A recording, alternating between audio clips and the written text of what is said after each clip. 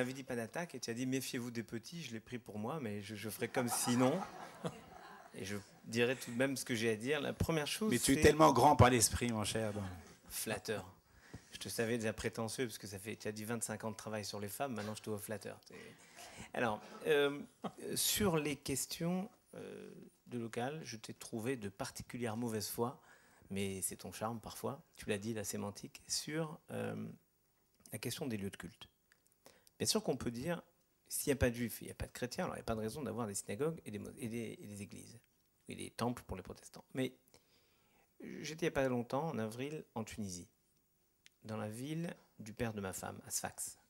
Il doit y avoir à tout casser 3 ou 4 juifs, dont un brave homme qui a 90 ans, qui est venu m'ouvrir la grande synagogue. J'ai voulu emmener ma femme voir la synagogue où son père avait fait sa bar mitzvah, etc. À Sfax, il y a 2 synagogues. La grande synagogue et une ancienne synagogue. Et l'État a entretenu, il y a quelqu'un qui a fait en sorte qu'on répare la grande synagogue de Sfax. Il n'y a personne qui peut aller prier, il n'y a personne. Et l'État fait garder les synagogues pour assurer une présence même symbolique de la diversité religieuse. Moi, j'étais heureux de voir cela, sans te dire que la grande synagogue de Tunis a été réparée par des fonds que le président Ben Ali a mis au service. Je trouve que c'est merveilleux. Je dis simplement, c'est dommage qu'ailleurs ça ne se fasse pas, parce que ce qui compte, me semble-t-il, c'est que si on traduisait le verset d'Isaïe un peu différemment, un verset d'Isaïe qui dit « Car ma maison sera une maison de prière pour tous les peuples », on pourrait peut-être le traduire un tout petit peu différemment. Une prière est une belle prière quand il y a la possibilité pour tout le monde de prier. Donc je pense que peu importe la présence d'un quorum nécessaire, ce qui compte, c'est symboliquement. Je le vois dans les armées, où par exemple, il y a des bâtiments qui partent à la mer, et on fait en sorte qu'il y ait la possibilité pour chacun de prier, même si on n'a pas compté numériquement s'il y a tant de musulmans, tant de juifs, tant de catholiques, tant de protestants. Il y a la possibilité pour chacun d'exprimer sa foi. Et je trouve que si ça se fait dans certains pays, alors pourquoi pas dans d'autres? Première question. La deuxième question, c'est sur la burqa, voile intégrale. Tu as dit à un moment, c'est contre l'islam, et un peu avant, tu as dit, si quelqu'un ne veut pas la mettre, elle peut ne pas la mettre. Sous-entendu, et c'était dangereux cette formulation qui était la première, qui laissait supposer que l'idéal étant de la mettre, si elle ne veut pas la mettre, c'est un pis-aller. Non mais je crois, tu as parlé de sémantique. Je parlais du voile. Non, tu as parlé de la burqa. Une seconde. Oui, je veux finir. Une seconde. Je veux juste finir ça, parce que ça me paraît fondamental. Je crois qu'il faut affirmer ici en France que quelque chose n'est pas conforme, non pas simplement à une interprétation de l'islam, mais, et là le ministre le disait très bien, la façon qu'on a de vivre ensemble. Et puisque je dis ça, revenons à des questions plus locales. Comment tu as dit dans ton très beau mot, très local, very local? Very local. Ça m'amusait. Oui, ça m'amusait. C'était en anglais, very local. Voilà, c'était une blague, c'est un jeu de mots. Non, non, pas du tout. Non, c'est un mot technique d'anthropologie. Sur la question, sans défendre le pasteur. La question que j'ai entendue quand le pasteur a posé sa question, c'est qu'est-ce que les musulmans peuvent dire, non pas à la République, mais à leurs concitoyens pour les rassurer. Pourquoi? Parce que la réalité, c'est que la présence de l'islam pose une question à l'ensemble de la société. Et mon interprétation, c'est que ça pose cette question par le rite, la ritualisation de la pratique. Et le judaïsme connaît ce même principe. Le judaïsme a une ritualisation qui peut faire sourire parfois, qui inquiète parfois. Et on voit bien que les questions qui ont été posées par l'arrivée de l'islam, et une sorte de revendication de la pratique, c'est dans une société hyper sécularisée comme était la nôtre, cette demande de pratique surprenait. Et monsieur le ministre, j'entends quand vous dites que la République, on n'a rien à dire à la République, elle dit voilà les lois, point barre, mais elle a aussi une vocation. Mais j'ai vu qu'à ce moment-là, vous me regardiez intensément. Je savais que j'étais flatté. Là. Il me semble que la République a une vocation à faire en sorte que les uns et les autres puissent se comprendre. De la même façon qu'elle encourage, par exemple, le droit associatif, la République nous dit, on pourrait considérer qu'elle nous dise, bon, ce n'est pas les lois, débrouillez-vous, il n'y a rien à faire. Elle nous dit, je vais encourager le bénévolat, je vais encourager le phénomène associatif. Donc elle pourrait dire aussi aux citoyens de différentes religions et les laïcs, athées, essayez de vous comprendre les uns les autres pour faire en sorte que les pratiques des uns n'inquiètent pas les autres et pour faire comprendre qu'on peut aussi vivre des choses ensemble. Maintenant, et c'est ma conclusion, Malek, j'ai proposé plusieurs fois, mais ce n'est pas un rabbin. Monsieur le rabbin. Comment ? Vous concluez ? Oui. On n'est pas à l'Assemblée, il n'y a pas 2 minutes comme à l'Assemblée. Quand je serai ministre, on non, mais il y a d'autres questions. Oui. C'est imminent, hein, si j'en crois les rumeurs diverses. Ni je fume. Pardon. Non. J'ai les avions de l'armée de l'air, donc c'est simple. Alors, pardon. Oui, s'il vous plaît. Donc, vous m'avez proposé. C'est pas un rabbin de proposer ça pour l'islam, mais il me semble qu'il y a des gestes qui seraient des gestes fondamentaux pour, non pas rassurer, mais pour manifester quelque chose de fort. Dans toutes les synagogues de France, on fait une bénédiction, je t'ai déjà dit Malek, une bénédiction pour la République. Il me semble que si un groupe d'imams, ou le CFCM par exemple, proposait que toutes les mosquées de France, tous les vendredis, dans le Grand Office, fassent cette prière pour la République, c'est pas uniquement formel, c'est pas tiens on fait pif pouf la prière, c'est une forme d'engagement et d'engagement par rapport à la société, qu'avec notre foi et un croyant prie, et la façon d'agir aussi pour un croyant c'est la prière, on prie non pas uniquement pour que la République se porte bien, mais pour la bâtir. Et ça change toute la perspective. Bah, je vais quand même répondre moins longuement à la réponse qu'à la question, pour dire tout simplement que l'islam est tout jeune en France. On ne peut pas lui demander exactement le même... on ne peut pas lui appliquer le même protocole du point de vue de la manifestation extérieure ou de la manifestation d'adhésion qu'aux autres cultes, qui se sentent dans leur identité même constitutifs de cette nation. Je dis aux musulmans, vous êtes tout jeunes, vous devez respecter le pays dans lequel, qui vous abrite, qui vous accueille, dans lequel vous vivez, et en même temps, on ne peut pas leur dire, attendez, comportez-vous comme des juifs. Ah ben, tu ne peux pas.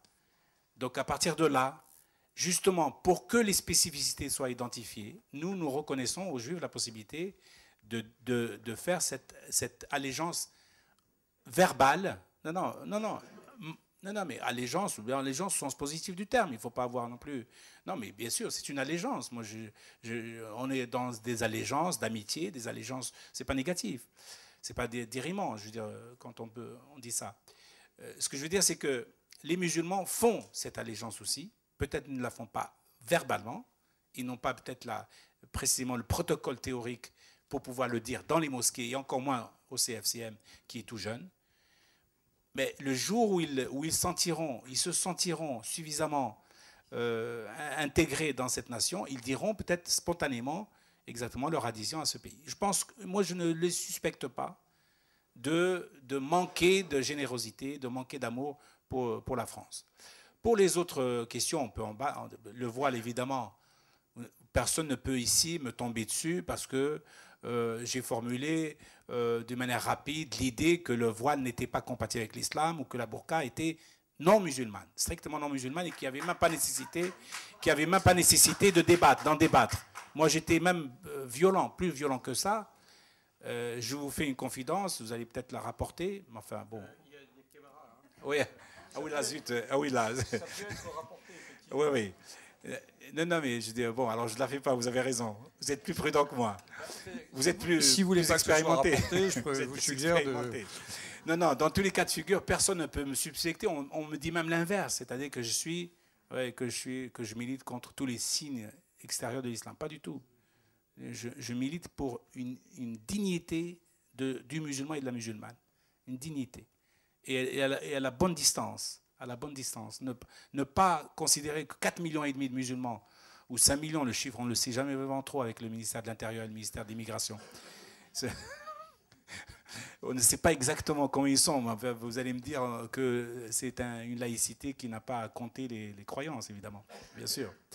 Mais ces 4,5 millions n'ont pas à imposer quand même leur point de vue, leur vision du monde à 60 millions. Vous savez, soyons... Et là, qui a parlé de réalisme, madame, juste votre voisine, parler de réalisme. Et ça, c'est la base même de la vie en société. Vous êtes minoritaire. Ceci étant, là où je les dédouane un peu les musulmans, pas les violents, mais les autres, tous les musulmans pacifiques, c'est la première fois de leur histoire, c'est la première fois de l'histoire de l'islam où un volume suffisant de musulmans, un volume significatif de musulmans se trouve dans un pays où il est minoritaire par rapport à d'autres croyances et d'autres religions qui sont, elles, majoritaires. Depuis le début de l'islam, du 7e siècle jusqu'au 20e siècle, jusqu'à la fin du 20e siècle, là où les musulmans étaient, toujours, ils ont été majoritaires, en nombre et en tout ce que vous voulez. Et c'est la première fois de l'histoire de l'islam où nous sommes une minorité significative qui acceptons de vivre dans le cadre d'une majorité autrement plus significative et qui nous convient.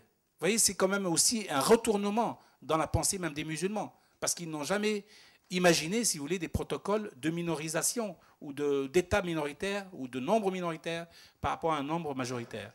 Et ils ne savent pas le faire. C'est tout nouveau pour eux, au niveau collectif. Donc il faut aussi nous laisser le temps pour trouver la terminologie pour vivre avec les autres, en tant que minoritaires. Et ça, les musulmans, certains ne l'intègrent pas. Au fond, à gauche, là... Bonjour, Benoît Normand, secrétaire général du Haut Conseil à l'intégration. Monsieur le professeur, vous avez parlé de l'islam des Lumières et de l'islam salafiste fondamentaliste. Entre les deux, il y a l'islam familial. Et c'est celui-là qui pose des problèmes au pouvoir public. Je prends deux exemples. On a fait deux visites les 15 derniers jours. Une première visite à Courcouronnes, et on a trouvé un collège de 600 élèves, très majoritairement musulmans. 40 d'entre eux allaient à la cantine, sur 600 élèves, parce qu'il n'y a pas de menu halal. Second exemple, la semaine dernière à Marseille, l'inspecteur d'académie nous disait qu'il était très très inquiet parce que le ramadan intervenant fin août, les élèves n'allaient pas revenir avant fin septembre, voire début octobre. Ce qui pose évidemment des problèmes d'organisation, vous pouvez deviner. Est-ce que vous êtes favorable à des accommodements raisonnables, à trouver des solutions à partir des demandes des familles qui s'appuient sur l'islam tel qu'ils le vivent au quotidien, ou au contraire, comme le disaient les inspecteurs d'académie, rester rigides, même si il n'y a plus qu'une minorité qui respecte les règles à la fois soit alimentaires, soit les règles d'obligation scolaire. Alors écoutez, c'est une question difficile et en même temps structurelle, je dois en convenir.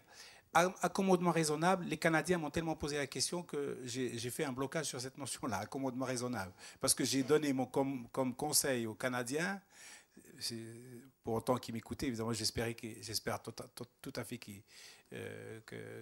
je sois inaudible pour eux, que les accommodements raisonnables que les musulmans du Canada demandaient au gouvernement canadien n'étaient pas raisonnables, justement. Et que même, ils n'étaient même pas raisonnables aux yeux de l'islam. C'est que jamais, dans une terre musulmane, des musulmans n'ont vécu de la même manière que les musulmans du Canada voulaient vivre au Canada. Si vous voulez, au XXIe siècle, en créant des villages musulmans où toute la règle musulmane du 7e siècle était appliquée au Canada. Bon.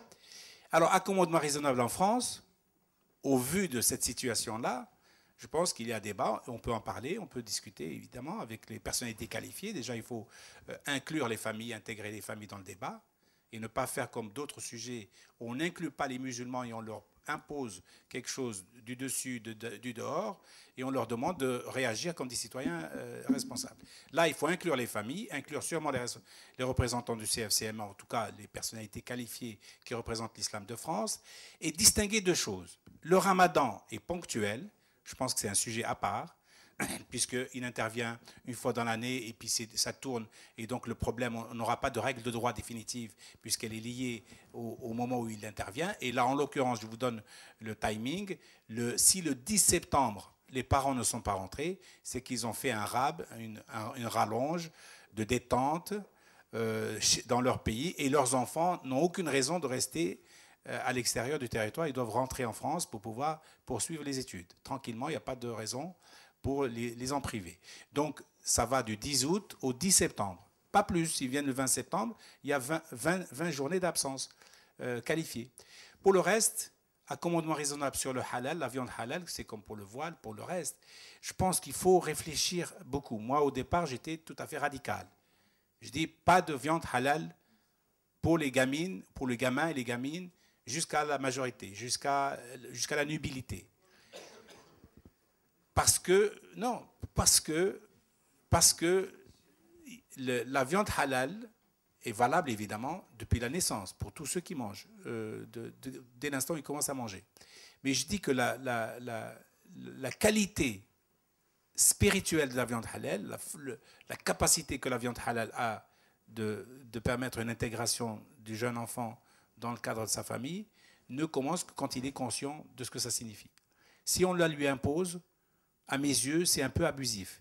Moi, je pense qu'il faut laisser les enfants dans leur spontanéité, manger avec tout le monde, parce qu'il y a quand même un principe supérieur à tout le reste, c'est le vivre ensemble, supérieur aux croyances également, les croyances qui sont intimes et individuelles.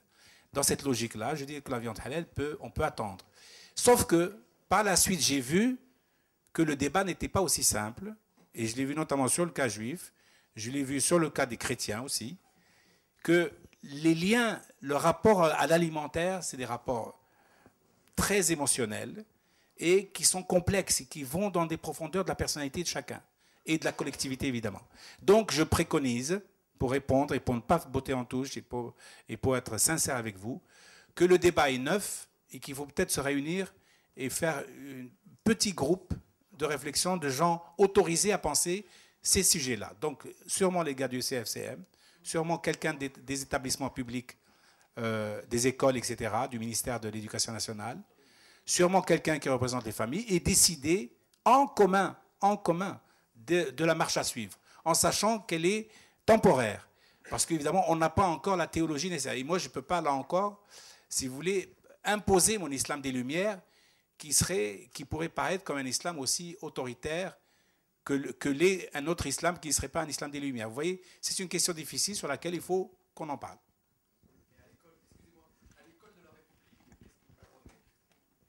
Écoute, la question, jusqu'à maintenant, ne s'est pas posée. Jusqu'à maintenant, il se passe quoi exactement à l'école de la République? À quel point de vue?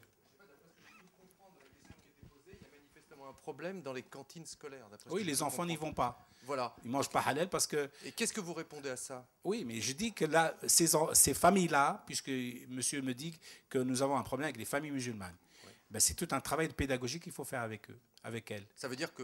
Je ne préconise pas quelque chose de fermé d'avance. Je dis dialoguons avec les familles pour les convaincre que peut-être ils peuvent envoyer leurs enfants à l'école, y compris dans les cantines. Ça veut dire que vous pouvez imaginer que dans l'école de la République, on puisse... Vous me faites dire des choses que je n'ai pas dites, ni même penser. Je dis que l'état des choses actuelles, l'état actuel des choses en France, veut que l'enfant, quand il va à la cantine, doit manger comme tous les autres. Oui. Sauf dans certaines cantines où il y a un principe on leur accorde la possibilité de choisir du poisson à la place de la viande et tout ça. Donc l'accommodement nécessaire, il est déjà appliqué, si vous voulez, sur certains cas de figure.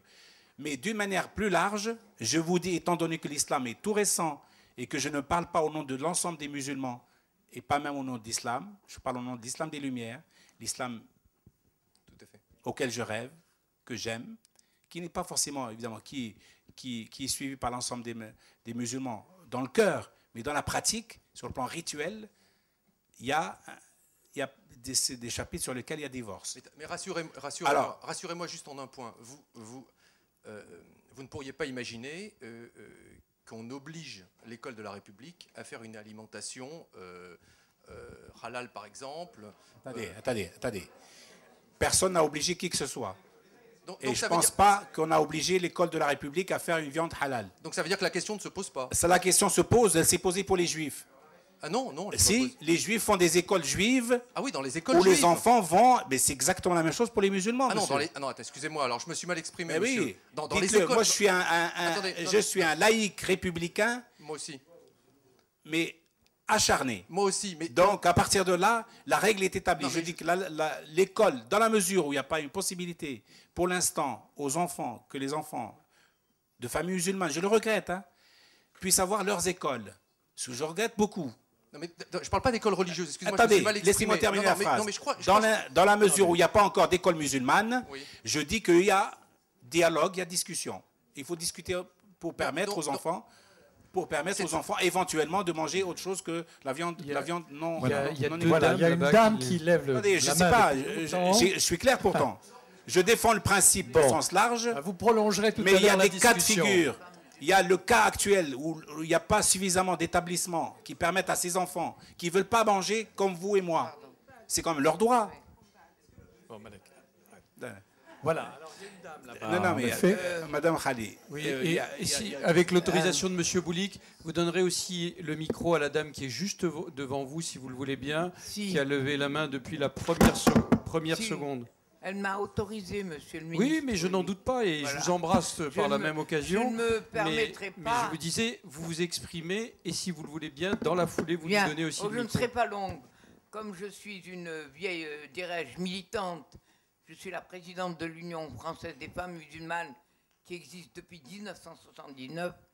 Nous avons toujours, et musulmanes pratiquantes, nous avons toujours milité de façon à ce qu'il y ait cette intégration harmonieuse. On peut être une très bonne musulmane, et je remercie le Seigneur, j'aurais pu être une très bonne catholique ou une bonne juive, et je vais partout, puisque je suis dans les amitiés judéo-musulmanes, amitiés aussi chrétiennes. Je voudrais dire à toutes les femmes musulmanes, comme je l'ai toujours dit, restez vous-même. Ce que nous a appris l'islam, et je remercie M. Melek Chebel, à être soi-même. On ne peut pas vivre dans un pays et être en dehors de ce pays, de ses valeurs et de ses traditions. J'aime la France, c'est mon pays, et je dois m'adapter aux valeurs et aux traditions de ce pays si l'on veut vivre en paix. Si on veut commencer par les burqas, les ceci, cela, nous allons créer des histoires et nous ne voulons pas être en dehors de cette nation. Nous l'aimons et nous voulons être de bonnes Françaises et de bons Français. Excusez-moi, je parle avec passion. Bravo. Bravo. Alors, allez-y, madame, allez-y alors.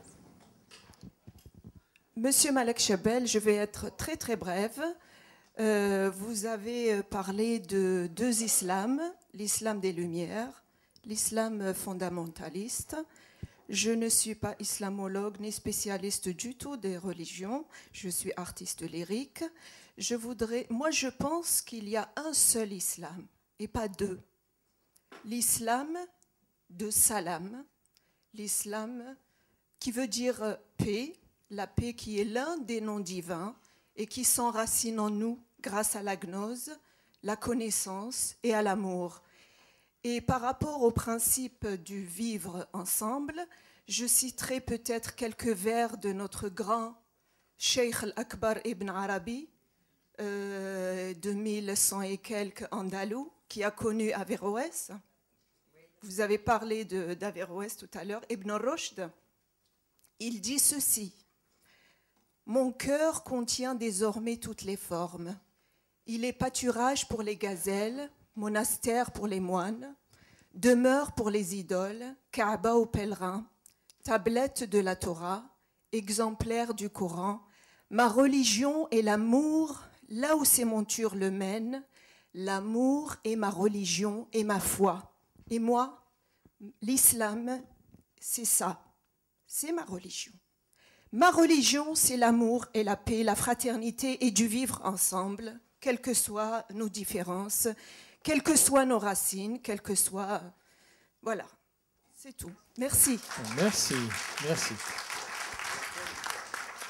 Est-ce qu'on peut encore prolonger un peu le... Oui, oui, on va prendre peut-être une ou deux dernières questions et laisser notre invité conclure. Ensuite, on vous proposera de poursuivre dans la pièce à côté autour d'un verre. Une dernière. Non.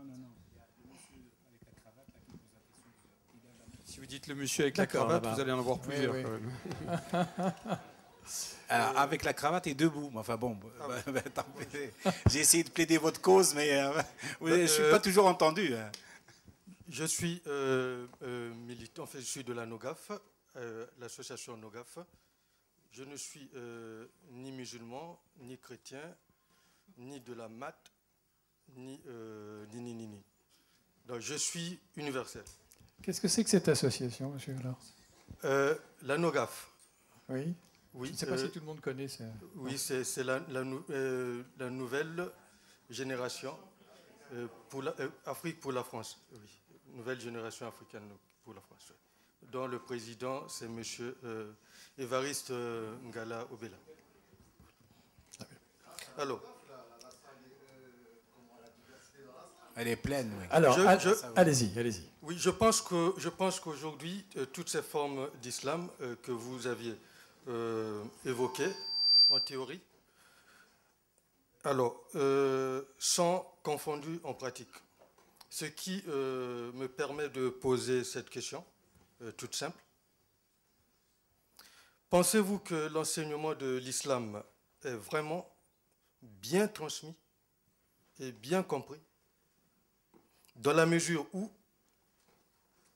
j'espère que je ne vais pas être poursuivi comme Salman Rushdie, alors, dans la mesure où le musulman est prêt à faire bras de fer avec les institutions de la République ou de lyncher toute personne ayant blasphémé le prophète. Non, non, là je ne suis pas d'accord avec vous. Je pense que l'ensemble... Non, vous ne pouvez pas dire que tous musulmans, uniquement parce qu'ils sont musulmans, sont prêts à lyncher qui que ce soit qui blasphème le prophète ou qui jette ou qui couvre de honte et d'opprobre la femme ou toute femme. Non, je ne pense pas que... Je suis d'accord avec vous sur un premier aspect quand vous dites c'est au niveau de la pratique, au niveau de la doctrine exactement. Madame disait tout à l'heure que j'avais opposé islam fondamentaliste à islam des Lumières. Oui, sur le plan idéologique, sur le plan de l'inscription idéologique. Mais sur le plan de la doctrine, c'est le même livre, c'est le même prophète, évidemment. Ça va de soi. Sauf que Ibn Arabi, c'est Ibn Arabi. Attention, c'est très spécial. Et c'est de la gnose et ça ne concerne pas beaucoup de monde. Hein. C'est très, très peu de gens. Hein. Mais tout en étant moi-même aussi lecteur d'Ibn Arabi. Non, le débat risque d'un peu de partir à la dérive quelque part. Parce que de quoi parlons-nous exactement? Moi, je viens vous proposer ici une hypothèse qui est l'islam des Lumières, en vous disant que je prends des Lumières, le côté lumineux, si je puis dire, et pas le côté coupeur de tête des religieux. L'islam des Lumières n'est pas un islam contre la religion, et pas même contre les religieux, bien que j'ai beaucoup de choses à leur reprocher, ou en tout cas certains. Eh bien, c'est une proposition que j'estime être tout à fait, conforme à l'attente de ce pays, qui cherche le modus vivendi qui permette aux communautés de vivre ensemble en se respectant mutuellement et en se respectant singulièrement. Donc l'islam des Lumières permet cette possibilité. Maintenant, si vous croyez, ou si vous pensez, ou si quelques-uns d'entre vous pensent que l'islam fondamentaliste est une solution, c'est possible. Mais on l'a vu, toutes les erreurs que nous avons faites, nous avons vu depuis une dizaine d'années, parce qu'avant l'islam, les musulmans n'étaient pas vus à travers la valence religieuse, ils étaient vus à travers leur poids économique, leur présence numérique, etc., mais pas en tant que musulmans. Mais depuis qu'on a commencé à les voir en tant que musulmans, en tant que groupe, comme dit Haïm Corsia, qui fait peur ou qui peut peut-être susciter un peu de l'inquiétude, oui, enfin je pousse un peu ton idée, qui pousse à une certaine inquiétude par rapport à ce que je l'ai appris là juste récemment, le bloc majoritaire, eh bien je leur dis, l'islam est parfaitement capable, est en mesure, intellectuellement, spirituellement, humainement, de s'intégrer, de s'adapter à cette société, de préconiser le vivre ensemble, et mieux encore, je vais même plus loin, je dis qu'il a les moyens et que la petite élite qui commence à émerger en France au nom de l'islam, que ce soit les associatifs, que ce soit les écrivains, les penseurs, les sociologues, les islamologues à venir, sont en mesure de proposer des ajouts, peut-être des améliorations, peut-être des perfectionnements sur un certain nombre de valeurs, notamment au point de vue de la famille. Donc je dis avec ça, nous devons aussi travailler en politique. Je ne suis pas un politique, je ne cherche pas à l'être, je ne confonds pas les rôles, et en même temps je dis que les politiques ont un rôle éminemment fécond qu'ils peuvent jouer pour permettre précisément à toutes ces paroles de s'exprimer. Et d'ailleurs, si je devais vous remercier principalement, je pense que c'est pour ça. C'est pour votre courage d'avoir accepté de me recevoir. Je suis un peu un trublion quand même. Mais aujourd'hui, j'étais correct. Hein. J'ai vu pire, hein, honnêtement. Bon, aujourd'hui, j'étais correct. J'étais correct. Je ne vous ai pas entraîné sur des sentiers. Bon, j'ai respecté le pacte. Mais je vous remercie pour ça, d'avoir pris le risque de m'inviter pour parler devant vous de cet islam que j'aime, qui n'est peut-être pas l'islam majoritaire. En effet, ici, dans cette salle, évidemment, c'est la crème de la crème. Parce que, comme dirait, c'est forcément des gens qui aiment cet islam-là. Mais en même temps, dont on peine peut-être à voir des manifestations sur le terrain, notamment dans les banlieues. Tout à l'heure, tu me disais où sont les cas de figure sur lesquels on peut en parler, les banlieues, ou pourquoi nous n'arrivons pas à toucher, à attraper tous ces jeunes-là qui se reconnaissent dans un autre islam et qui sont très méfiants sur l'islam qu'on leur propose. Qu'est-ce qui leur manque? Qu'est-ce qui manque dans notre islam à nous quand on leur dit pourquoi vous n'acceptez pas ce pacte? Ils disent non, c'est pas du tout, c'est de l'islam, c'est... Oui. Donc, alors, c'est tout ça. Et voilà, je vous remercie pour ça. C'est moi qui vous remercie. Bon, d'abord, votre réponse a dû être très convaincante pour monsieur, parce que depuis que vous avez commencé votre question, il n'arrête pas de vous photographier. Donc, c'est un signe qui ne trompe pas. Ouais. Sa question avait l'air un peu agressive. En fait, pas du tout. Vous l'avez convaincu. Avec l'autorisation de monsieur Boulik, parce que je m'improvise animateur, ce que je n'aurais pas dû être, on va prendre, madame, votre dernière question. Et ensuite, on prolonge de l'autre côté, si vous le voulez bien. Merci à vous. Fadela Mehal, fondatrice de l'association Les Mariannes de la Diversité. Bonsoir Malek. Vous avez évoqué 2 points importants, la question de l'interprétation dans l'islam, et chacun reconnaîtra que cette interprétation se fait beaucoup par les hommes. Vous avez évoqué un 2e point, qui est la question du contexte. Et en effet, vous avez évoqué les époques médiévales, mais j'ai envie de revenir à ici et maintenant. Le contexte aujourd'hui en France, et notamment le contexte de crise. Ne voit-on pas, peut-on pas faire une analogie entre finalement la réislamisation parfois de certains quartiers, leur radicalité, leur demande de visibilité, puisqu'on est passé d'un islam invisible, transplanté à un visage finalement de l'islam plus agressif, plus offensif, et donc il me semble qu'on ne peut pas parler d'islam sans parler des musulmans, et on ne peut pas déconnecter la question spirituelle de la question sociale. Est-ce que vous pensez qu'aujourd'hui, avec la crise des valeurs, de la crise des institutions, aujourd'hui la religion, et pas simplement pour l'islam, est devenue une valeur refuge, une valeur d'expression, de revendication, et que du coup, si nous n'abordons que les questions spirituelles, théologiques, on ne peut pas prendre en compte cette dimension sociale de l'islam, et qu'il faut aussi résoudre ces problèmes, parce que beaucoup, aujourd'hui, en s'affirmant musulmans, ils s'affirment aussi comme une volonté d'être reconnus, non pas dans leur ressemblance, mais peut-être dans leur différence. Et ce qu'il faut changer aujourd'hui, c'est en effet qu'ils soient acceptés, et que l'islam, pour eux, cette religion, devienne non plus un facteur de revendication sociale, parce que la question aura été résolue. Alors, voilà, ma question, elle est simple. Peut-on dissocier finalement l'expansion, parfois belliqueuse, de cet islam que vous dénoncez, sans résoudre le terreau qui finalement génère cette question? Mais le terreau, vous vous rappelez, vous me connaissez bien, donc on se connaît, donc beaucoup de gens me connaissent ici, et tant mieux. Depuis des années, depuis peut-être une quinzaine d'années, voire même une vingtaine d'années, quand nous lancions nos appels et nos alertes, quand nous émettions nos alertes, nos petites bouées un peu dans l'océan de l'époque, hein, de pré-crise, parce que la crise, elle dure. Enfin, la crise, je ne sais pas quelle crise d'ailleurs. Bon, la crise spirituelle, elle dure depuis longtemps. Mais la crise économique, elle dure peut-être que depuis quelques années. Mais nous lancions ces bouées-là pour dire faites attention. Il y a un pan de la société qui est en train de déraper et de nous quitter. Et on a vu le phénomène des prédicateurs islamistes, fondamentalistes, tout ce que vous voulez, un peu tablir, wahhabite, tout ce que vous voulez, enfin, toutes les qualificatifs qu'on peut leur donner. Parce qu'en plus, c'est par étape, par époque. Il y a des époques où les uns sont plus dominants que d'autres, etc. Et on a tiré les sonnettes d'alarme. On l'a fait des dizaines de fois. le problème aujourd'hui, c'est comment maintenant neutraliser ce qui malheureusement a pris place dans ces banlieues-là et qui nous deviennent inaccessibles parce que nous sommes pour eux inaudibles ou nous sommes, je ne sais pas, perdus pour eux. Enfin, nous sommes les enfants, les soldats perdus de l'islam. Enfin, je ne sais pas comment on est perçu par eux comme peut-être des mécréants.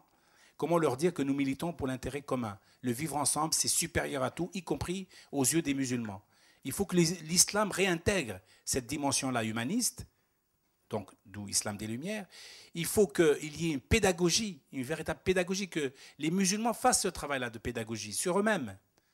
Ne pas laisser seulement au pouvoir public le travail de pédagogie vis-à-vis des musulmans. Il faut que les imams soient vigilants dans les discours qu'ils font dans les mosquées. Il faut que même au niveau associatif, les aides publiques soient orientées dans un but vertueux, si je puis dire. Il faut donner de l'argent à ceux qui militent pour l'affirmation du vivre ensemble et pas donner uniquement pour faire taire les banlieues et pour calmer le prurite de tel ou tel prédicateur plutôt virulent. Donc tout ce travail-là doit se faire ensemble. Moi, j'ai des propositions à faire. Je n'ai pas la clé de tout. Et moi, tout seul, ça ne sert à rien. Moi, tout seul, je n'irai pas au combat. Je voudrais que les gens et que l'ensemble des associatifs se mobilisent pour cette même obligation humaniste de réussir ce vivre ensemble, d'aller vers les jeunes, ces jeunes-là que les fondamentalistes ont réussi à convaincre et de leur dire que c'est peine perdue, que c'est une impasse. Et moi, à ce propos-là, j'ai des propositions évidemment à faire, mais dans un cadre beaucoup dans le cadre de séminaires ou de rencontres en tête-à-tête, mais pas d'une manière publique. Mais je dis, oui, tu as raison. Au fond, nous avons tout un travail à faire que nous n'avons pas encore fait, mais peut-être c'est des réunions comme ça qui permettent de trouver le cadre idéal dans lequel on pourra mener ce débat-là. C'est un débat sans fin. Vous voyez bien que l'islam suscite un intérêt visible et que nous n'avons, je vous confirme, nous n'avons abordé qu'une partie de l'islam avec des gens de bonne volonté qui sont prêts à vous écouter 1h30 sans brancher, ce qui est magnifique, parce que dans d'autres cas, sur d'autres sujets, c'est pas aussi pacifique. Donc je dis qu'il y a la possibilité qu'il y ait un dialogue. Encore faut-il d'abord, 1, l'identifier, 2, identifier les personnes qui peuvent le mener, 3, pour quel résultat. Et jusqu'à maintenant, on n'a pas encore fait ce travail-là. Voilà.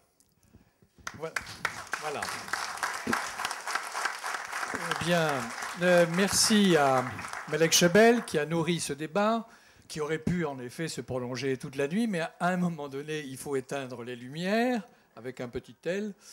Et la prochaine fois, ce sera le 20 septembre, ce sera Esther Benbassa qui sera à votre place, Malek, comme spécialiste du judaïsme, entre autres.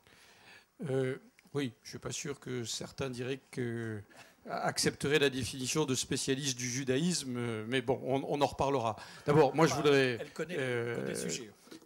Oui, mais ces thèses sont controversées. Enfin, c'est pas à moi de commencer le débat ce soir. D'abord, je voudrais remercier Malek Chebel parce que, il nous a dit en introduction que c'était une exception, son acceptation de ce type de débat, donc ce qui est rare et cher, comme savent les économistes, donc on l'apprécie particulièrement. Merci beaucoup. Deuxièmement, merci à vous tous. Il y a beaucoup de mains qui se sont levées et qui se sont reposées frustrées, je le vois bien, et en le disant, il y a des visages qui me regardent en disant « Oui, il parle pour moi, je le sais ». Mais donc, comme il l'a dit, ça veut dire qu'effectivement, on a encore matière à explorer ces sujets. On va faire une pause pendant l'été pour les lundis républicains et on recommencera, comme l'a dit M. Boulik, le 20 septembre avec Esther Benbassa. En tout cas, moi, je vous remercie beaucoup. Si vous avez des suggestions, des thèmes que vous voulez aborder, n'hésitez pas à nous écrire ou à nous les dire par mail. Ça nourrira notre réflexion. On va essayer maintenant de poursuivre le programme jusqu'à la fin de cette année. On va prendre un verre ensemble. La dernière fois, je me suis sauvé rapidement parce que je devais aller face à des jeunes téléspectateurs, leur dire que j'avais toute confiance dans l'équipe de France, qu'elle me semblait avoir en elle les vertus nécessaires pour réagir, qu'elle était porteuse de valeur. Vous avez vu combien je suis un grand pronostiqueur. Donc ce soir, c'est plus modeste. Je reste quelques minutes. Je le dis à celles ou ceux qui veulent me dire quelque chose. Je ne reste que quelques minutes, mais j'ai pris mes précautions. C'est juste pour un dîner, parce que j'ai décidé de ne plus faire de pronostics, compte tenu de la qualité de ce que j'ai fait la dernière fois. Merci à tous pour votre présence. Et puis, merci, félicitations à vous. Merci à l'orateur principal, mais félicitations à vous. Avec mon équipe, on s'était dit début juillet, si ça se trouve, on n'aura pas grand monde. Sans doute la qualité de l'intervenant y contribue. Le thème aussi, j'y ai pas fait allusion, on n'a pas le temps d'en reparler, mais un jour j'en reparlerai. Dans les débats dits d'identité nationale, c'est probablement sur cette question, à la fois islam et république, compatibilité de l'islam et de la république, qui a eu à la fois les plus grands malentendus d'un côté, et en même temps les questions souvent les plus intéressantes et les plus pertinentes. Il faut en parler avec mesure, avec tact et avec un cap républicain très précis, mais ça suscite beaucoup d'intérêt. Merci encore une fois d'avoir été là et merci à vous.